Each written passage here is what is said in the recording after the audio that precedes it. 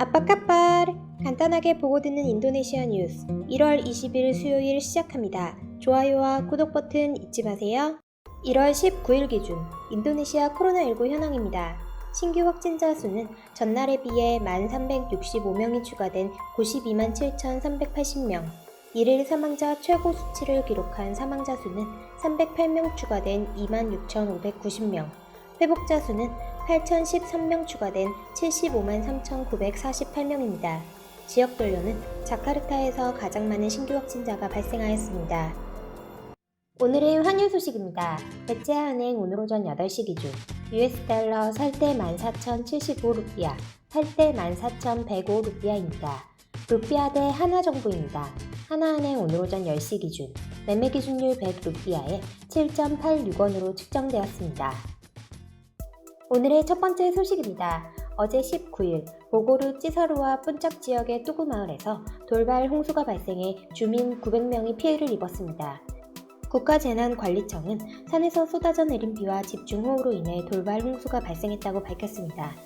이 지역 돌발 홍수는 오전 9시 30분경, 오후 12시경 두 차례에 걸쳐 발생해 464명의 주민들이 안전한 곳으로 대피하고 수십 채의 주택이 손상되고 여러 진입로가 폐쇄됐습니다. 인명피해는 없었습니다.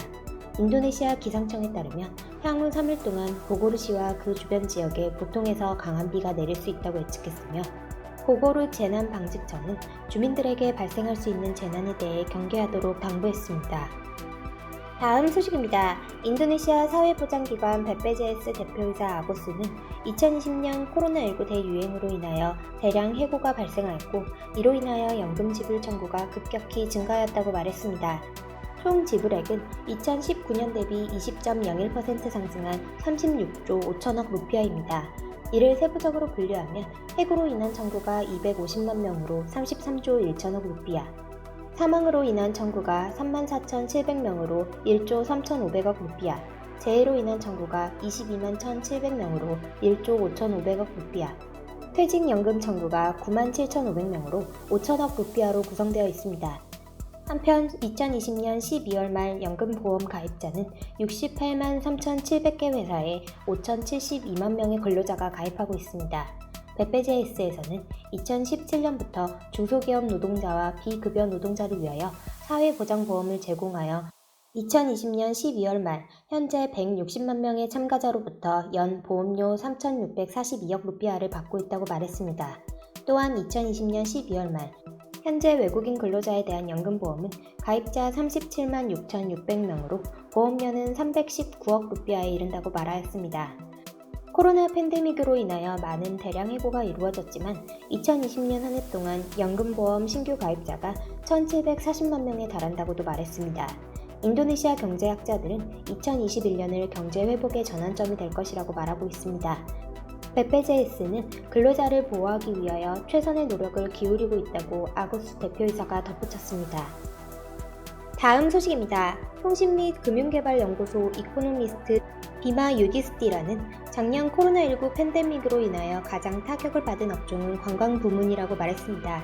하지만 올해는 자카르타, 보고르, 데포, 땅그랑, 부카시, 자보데타백을 중심으로 짧은 휴식 여행을 시작으로 관광업이 살아나기 시작할 것이라고 말했습니다. 사람들은 PCR 검사 등 여행에 필요한 번거로운 사전 조건들을 받고 싶지 않기 때문에 코로나19 검사와 관계없는 주거지에서 2에서 10km 정도의 근거리 짧은 휴가를 선호하고 있습니다. 또한 2021년에는 초콜릿과 커피 등 제품의 판매가 많을 것으로 예상되며 인스타그램, 틱톡 등 소셜미디어를 통한 자기 표현 욕구로 인하여 화장품 등 피부 미용 관련 제품의 판매 또한 증가할 것으로 예측하였습니다. 다음 소식입니다. 인도네시아의 담배 종이 회사 부킨 무리아 자야가 대북 제재 위반 혐의로 미국에 총 28억 원의 벌금 배상금을 내게 됐습니다. 미 법무부는 부킨 무리아 자야가 북한의 업체에 제품을 팔고 대북 제재로 대금을 송금받지 못하자 제3자 명의로 지불받은 혐의를 인정했다고 밝혔습니다. 부킨 무리아 자야는 1989년 설립된 담배 제조용 종이와 담뱃감 용지, 비행기 티켓 용지 등을 생산하는 회사로 서부 자바주 까라왕에 공장이 있습니다. 존 데머스 국가안보보좌관은 부킨 무리아 자야는 복잡한 수단과 불법적 계획을 통해 의도적으로 거래 유형을 모호하게 만들어 북한의 제품을 판매했다.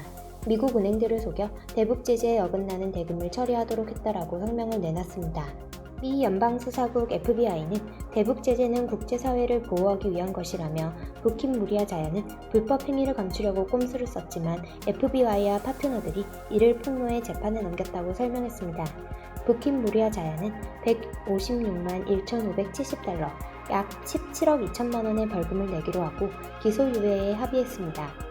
미 법무부는 18개월 동안 부킨 무리아 자야가 기소유예 협정을 잘 준수하며 이후 공소를 기각할 것이라고 설명했습니다.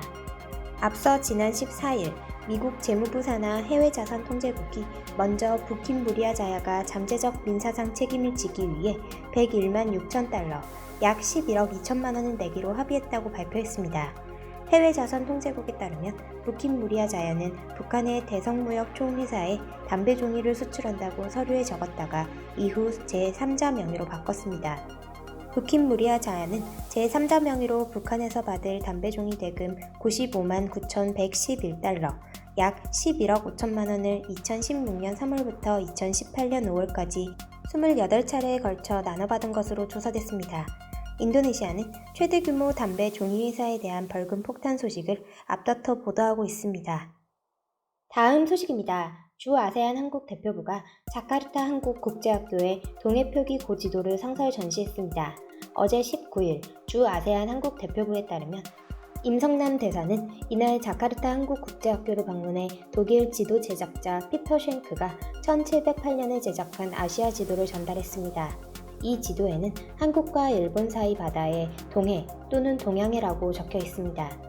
임 대사는 이 고지도가 동해 해역이 과거부터 어떻게 표기됐는지 보여주는 구체적 사례라며 학생들의 동해 표기 이해와 국제사회 논의 동향에 대한 관심이 높아지는 계기가 되길 바란다고 말했습니다. 김윤기 교장은 고지도가 동해 표기 확산을 위한 교육 자료로 매우 유용하게 활용될 것이라며 사의를 표했습니다.